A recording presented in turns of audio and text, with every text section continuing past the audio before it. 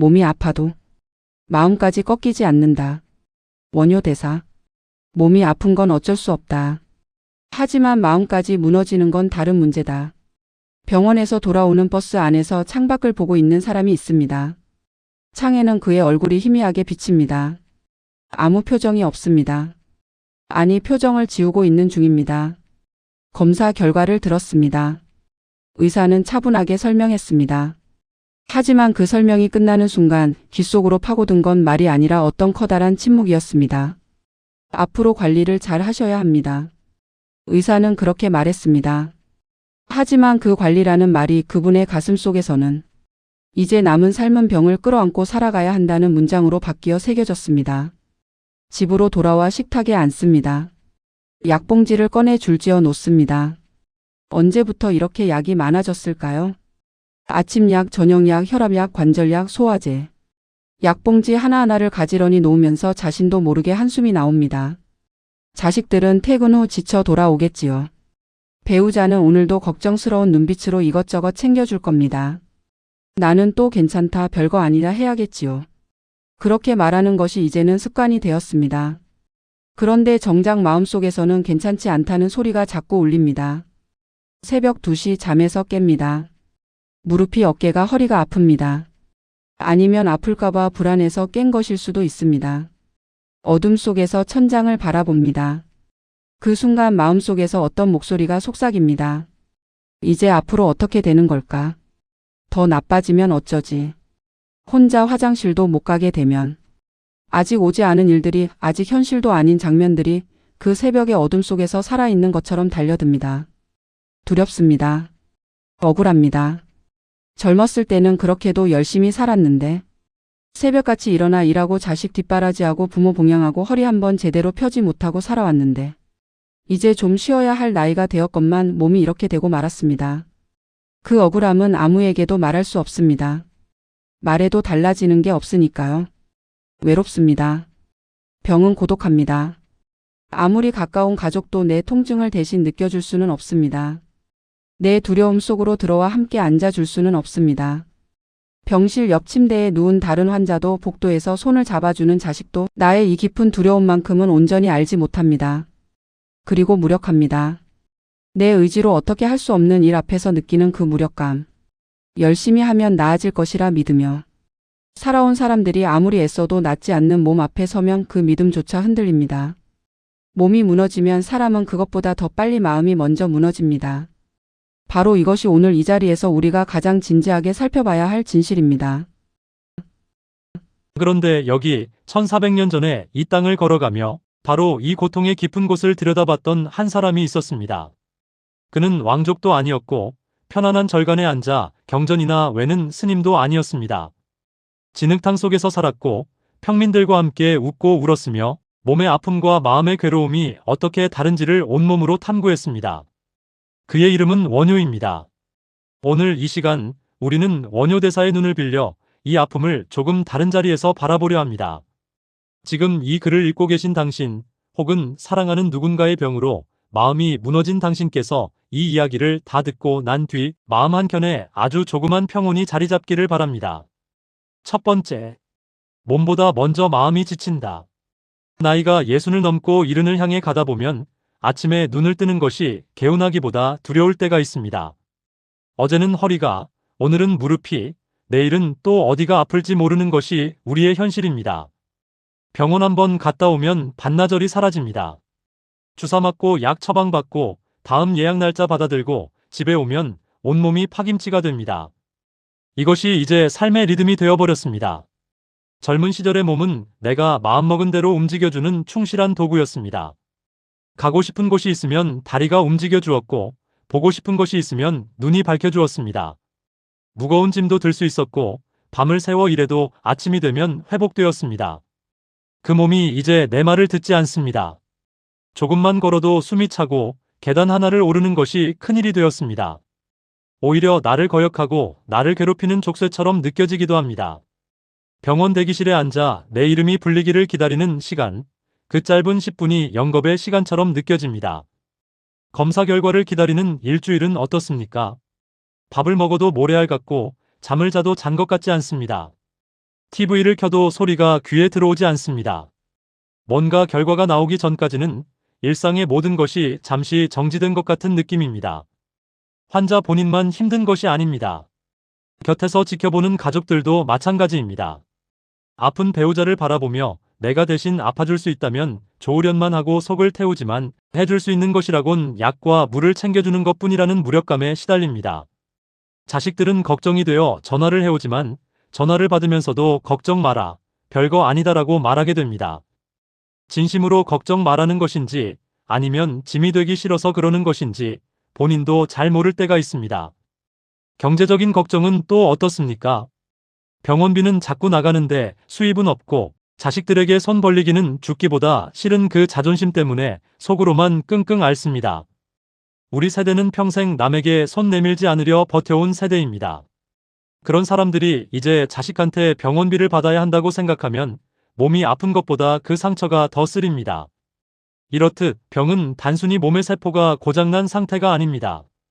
병은 우리의 일상을 파괴하고 관계를 위축시키며 미래를 캄캄하게 칠해버립니다. 그래서 우리는 몸이 아픈 것 이상으로 마음이 먼저 지쳐버리고 맙니다. 사는 게 무슨 의미가 있나 하는 깊은 허무가 통증보다 더 아프게 우리를 찌릅니다. 그 허무감, 그 무력감, 그 외로움을 지금 느끼고 계신다면 그것은 당신이 약해서가 아닙니다. 그것은 당신이 정말로 힘든 시간을 보내고 있기 때문입니다. 두 번째, 원효 대사의 시선, 고통을 바라보는 마음의 방향. 이 고통의 한복판에서 우리는 잠시 걸음을 멈추고 1400년 전의 한 사람을 만나보려 합니다. 원효 대사 61만 7686년은 신라 시대를 살아간 승려이지만 절간에 갇혀 경전만 읽은 사람이 아니었습니다. 그는 평민들 속으로 들어가 함께 먹고 자고 울었습니다. 귀족도 천민도 그의 앞에서는 평등했습니다. 그리고 그는 고통받는 사람들의 마음을 어루만지기 위해 평생을 바쳤습니다. 원효 대사의 가장 유명한 이야기는 해골물의 일화입니다. 어느 날 밤, 원효는 당나라 유학길에 올라 길을 걷다가 동굴 속에서 잠을 잡니다. 새벽에 너무 목이 말라 손에 잡히는 물을 마셨습니다. 차갑고 달콤했습니다. 아침에 눈을 뜨고 보니 그것은 해골 안에 고인 썩은 물이었습니다. 원효는 구역질을 했습니다. 그런데 그 순간 갑자기 엄청난 깨달음이 왔습니다. 아, 물은 어젯밤이나 지금이나 똑같은 물이었구나. 달라진 것은 오직 내 마음뿐이었다. 이것이 바로 일체유심조의 뜻입니다. 모든 것은 마음이 만들어낸다는 것입니다. 어젯밤 달콤했던 물이 아침에는 역겨운 물이 된 이유는 물이 변한 것이 아니라 마음이 변했기 때문이라는 것입니다. 이것을 병에 대입해 보겠습니다. 몸의 통증은 어젯밤 원효가 마신 물처럼 실제합니다. 피할 수 없는 현실입니다. 하지만 그 통증을 어떻게 바라보느냐, 어떤 의미로 받아들이느냐는 마음에 달려있다는 것입니다. 같은 통증도 내 인생을 망친 저주로 받아들이는 마음과 내 몸이 보내는 경고, 신호로 받아들이는 마음은 전혀 다른 삶을 만들어냅니다. 불교에는 두 번째 화살이라는 가르침이 있습니다. 살아가다 보면 누구나 첫 번째 화살을 맞습니다. 그것은 노화, 질병, 사고 같은 피할 수 없는 물리적 고통입니다. 이것은 부처님도 피할 수 없었고 원효 대사도 피할 수 없었습니다. 하지만 어리석은 마음은 첫 번째 화살을 맞은 뒤 곧바로 스스로에게 두 번째, 세 번째 화살을 쏘아댑니다. 왜 하필 나야? 나는 이제 끝장이야.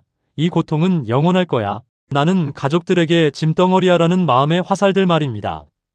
원효의 가르침은 단단하고 분명합니다. 몸은 비록 첫 번째 화살을 맞았을지라도 마음까지 나서서 두 번째 화살을 쏘지는 말라. 몸이 아픈 것은 자연의 이치이지만 그 아픔 때문에 마음까지 스스로 지옥을 만들 필요는 없다는 것입니다. 이것이 원효가 우리에게 건네는 첫 번째 말입니다. 세 번째, 왜 같은 병에도 누군가는 무너지고 누군가는 견디는가? 주변을 한번 둘러보십시오. 비슷한 병을 앓고 있는데도 어떤 사람은 금방이라도 세상이 무너질 듯 절망하고 어떤 사람은 의외로 담담하게 하루하루를 살아갑니다. 진료실에서 같은 진단명을 받고 같은 약을 처방받은 두 사람이 전혀 다른 삶의 질을 누리는 경우가 있습니다. 그 차이는 어디서 오는 걸까요? 그것은 통증의 크기가 달라서가 아닙니다. 마음의 해석이 다르기 때문입니다. 마음을 무너뜨리는 가장 큰 적은 통증 자체가 아니라 그 통증에 붙어 있는 감정들입니다. 첫째는 두려움입니다. 아직 오지 않은 미래를 미리 당겨와서 지금의 나를 괴롭힙니다. 이러다 걷지 못하게 되면 어쩌지, 치매가 오면 어쩌지, 혼자 화장실도 못 가게 되면 어쩌지 하는 생각들이 새벽 어둠 속에서 유령처럼 달려듭니다. 이 미래의 두려움은 현재의 나를 이미 환자로 만들어버립니다. 둘째는 억울함과 비교입니다.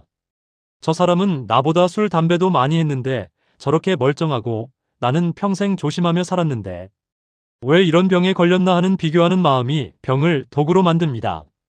억울함은 우리 마음을 화로 가득 채워 몸을 더 긴장시키고 통증을 악화시킵니다. 억울함은 자신도 모르게 불면을 부르고 식욕을 앗아가고 삶에 대한 의욕을 갉아먹습니다. 셋째는 자책입니다. 내가 젊었을 때 몸 관리를 잘못해서 그래. 내가 더 열심히 운동하고 절제했어야 했는데 하고 스스로를 비난하는 마음입니다. 이 자책은 치유에 아무런 도움이 되지 않으면서도 마음을 무겁게 짓누릅니다. 이렇듯 몸의 병 위에 마음의 병이 더 씌워질 때 우리는 정말로 무너집니다.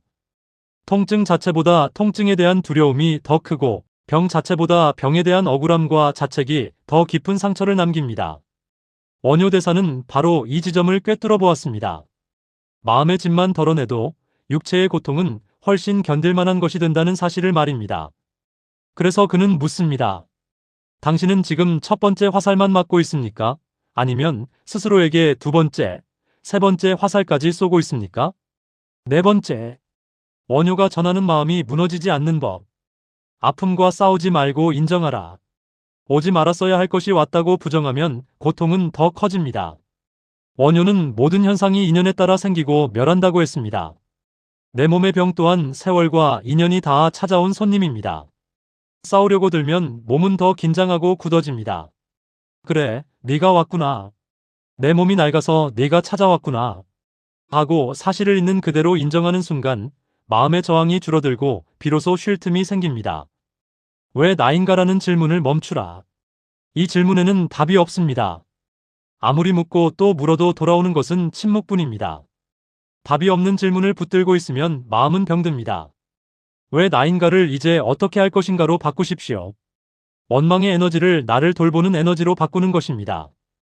이것이 원효가 말한 화쟁, 즉 다툼을 멈추고 조화롭게 만드는 마음입니다. 아픈 몸과 나 자신을 동일시하지 말라. 이것이 가장 중요합니다. 많은 분들이 나는 환자다. 나는 쓸모없는 노인이다라고 자신을 규정해버립니다. 아닙니다. 당신은 병을 앓고 있는 사람이지 병 그 자체가 아닙니다. 당신 안에는 아픈 몸도 있지만 여전히 따뜻한 마음도 있고 평생 쌓아온 지혜도 있고 가족을 사랑하는 영혼도 있습니다. 아픔은 당신의 아주 작은 일부일 뿐 당신의 전부는 결코 아님을 기억하십시오. 오늘 하루의 평안에만 집중하라. 천년을 살 것처럼 미래를 걱정하지 마십시오. 원효대사는 얽매임 없는 자유인 무예를 노래했습니다. 내일의 통증을 미리 걱정하느라 오늘의 햇살을 놓치는 것이야말로 마음의 족쇄를 채우는 일입니다. 오늘 아침 눈을 떴음에 지금 창밖에 새소리가 들림에 따뜻한 차 한 잔을 마실 수 있음에 집중하십시오. 그 순간만큼은 병도 당신을 어쩌지 못합니다. 비교를 멈추라. 남들의 건강과 나의 아픔을 비교하는 것은 고통을 곱절로 키우는 지름길입니다. 각자의 삶에는 각자의 짐이 있습니다. 겉보기에 멀쩡해 보이는 사람도 속으로는 다른 아픔을 앓고 있을지 모릅니다.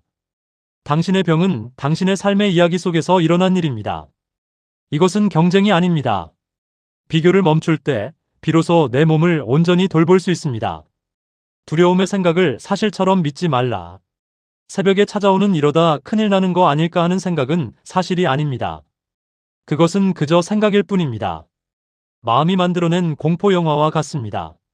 원효는 마음이 지어낸 환영에 속지 말라고 했습니다. 불안한 생각이 들면 내가 지금 불안해하고 있구나 하고 구름 보듯 바라보십시오. 생각은 흘러가는 구름이고 당신은 그 뒤에 있는 푸른 하늘입니다. 괴로움을 키우는 마음의 습관을 알아차려라.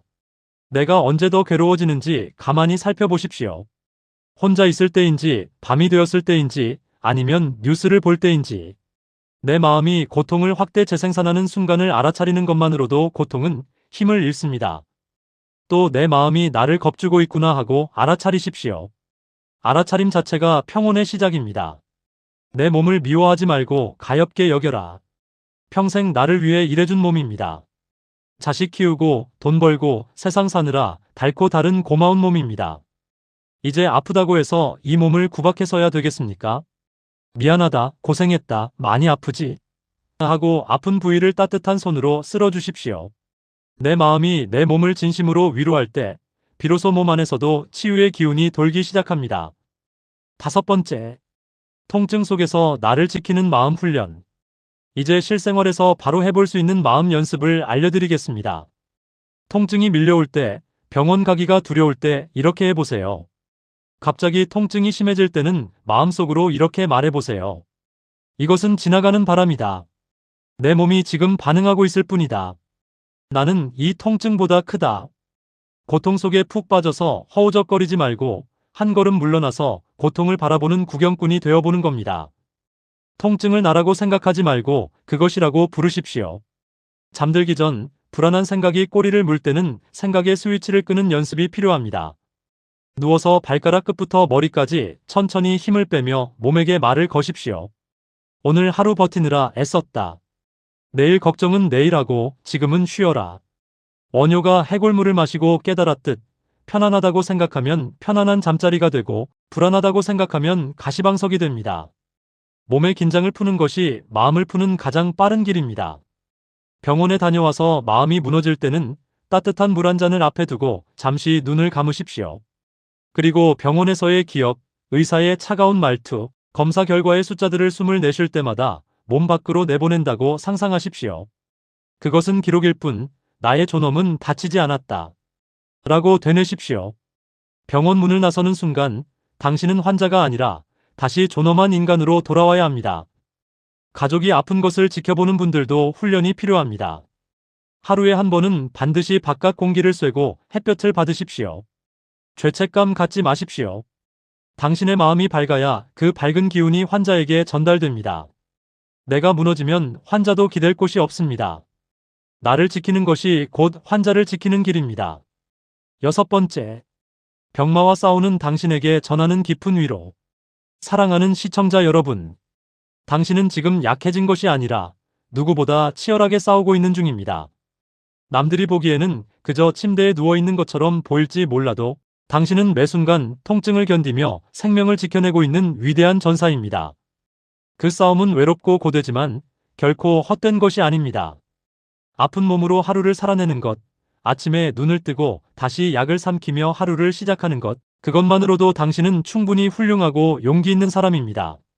세상의 어떤 위대한 성취보다 오늘 하루 고통 속에서도 무너지지 않고 버텨낸 당신의 하루가 더 값집니다. 병상에서 누군가를 기다리며 지낸 하루, 참기 힘든 통증을 이를 악물고 버텨낸 밤, 그 모든 시간이 당신이라는 사람의 깊이를 더해주고 있습니다. 우리 세대는 아프다는 말조차 쉽게 입에 올리지 않았습니다. 남들에게 짐이 될까봐, 자식들 걱정시킬까봐 다들 그냥 참고 살았습니다. 그 인내의 세월이 지금 당신의 몸에 새겨져 있습니다.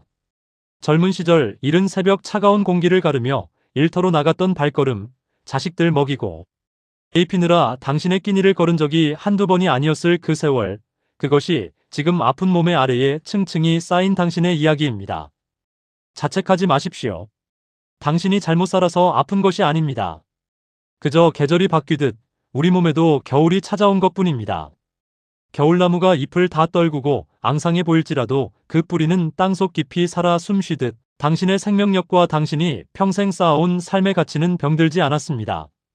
병은 당신의 껍질을 건드렸을 뿐 당신의 영혼은 건드리지 못했습니다. 가끔은 울어도 됩니다. 억지로 씩씩할 필요가 없습니다. 아프다고 솔직히 말할 수 있는 것, 지쳤다고 인정할 수 있는 것, 그것이 오히려 강한 사람의 모습입니다. 원효 대사도 세상의 고통 앞에서 눈물을 흘렸습니다. 그분의 눈물은 약함이 아니라 이 세상의 아픔을 온전히 느낄 줄 아는 깊은 마음의 표현이었습니다. 당신의 눈물도 마찬가지입니다. 당신은 병보다 크고 통증보다 깊은 존재입니다. 부디 오늘 밤 당신의 아픈 몸을 스스로 꼭 안아주십시오. 고생했다. 정말 애쓰고 있다. 오늘 하루도 잘 버텨줘서 고맙다라고 말해주십시오. 그 한마디가 세상 어떤 약보다 당신의 마음에 더 깊은 위안이 될 것입니다. 7번째, 아픈 가족을 곁에 둔 분들에게, 그리고 지금 곁에서 아픈 가족을 돌보고 계신 분들께도 말씀을 올립니다. 내가 대신 아파줄 수 없다는 사실 때문에 너무 괴로워하지 마십시오. 그 안타까움이 오히려 환자에게는 부담이 될 수도 있습니다. 당신이 해야 할 일은 같이 무너져 내리는 것이 아니라 환자가 기댈 수 있는 단단한 기둥이 되어주는 것입니다. 배우자가 아프다면 그 배우자를 바라보는 눈빛 하나가 1000마디 말보다 큽니다. 손 한번 잡아주는 것이 당신 곁에 내가 있다는 말없는 약속입니다. 부모가 아프다면 자식으로서 내가 충분히 잘해드렸나 하는 죄책감이 밀려오기도 합니다. 그 죄책감은 당신이 나쁜 자식이어서가 아니라 사랑하는 사람의 고통을 어찌해줄 수 없다는 마음에서 오는 것입니다. 그 마음 자체가 이미 효도이며 그 마음 자체가 이미 사랑입니다. 간병하는 당신의 마음도 돌보셔야 합니다. 죄책감, 무력감, 분노, 지침. 이런 감정이 드는 것은 너무나 당연한 일입니다. 당신이 나쁜 사람이어서가 아니라 너무 힘든 짐을 지고 있기 때문입니다. 완벽한 간병인이 되려고 하지 마십시오. 그저 곁에 있어주는 것만으로도 충분합니다. 때로는 한숨 쉬어도 됩니다. 지쳤다고 느껴도 됩니다. 그 감정을 숨기지 말고 안전한 곳에서 흘려보내십시오. 원효 대사는 말했습니다. 스스로 자유롭지 못하면 다른 일을 자유롭게 해줄 수 없다고. 당신의 마음이 먼저 쉬어야 환자 곁에서도 따뜻한 기운을 낼 수 있습니다. 잠깐이라도 산책을 하고 좋아하는 차를 마시고 친구와 통화하며 웃으십시오. 당신의 마음이 숨을 쉬어야 그 숨결이 환자에게 생명력으로 전해집니다. 원효가 대중 속에서 춤추고 노래했듯 아픈 현실 속에서도 웃음을 잃지 않는 것이야말로 최고의 간병이자 치유입니다. 당신의 밝은 기운이 가장 좋은 약입니다. 8번째, 결론 몸은 시들어도 마음은 익어갑니다. 이야기를 마치며 다시 한번 원효 대사의 마음을 떠올려 봅니다.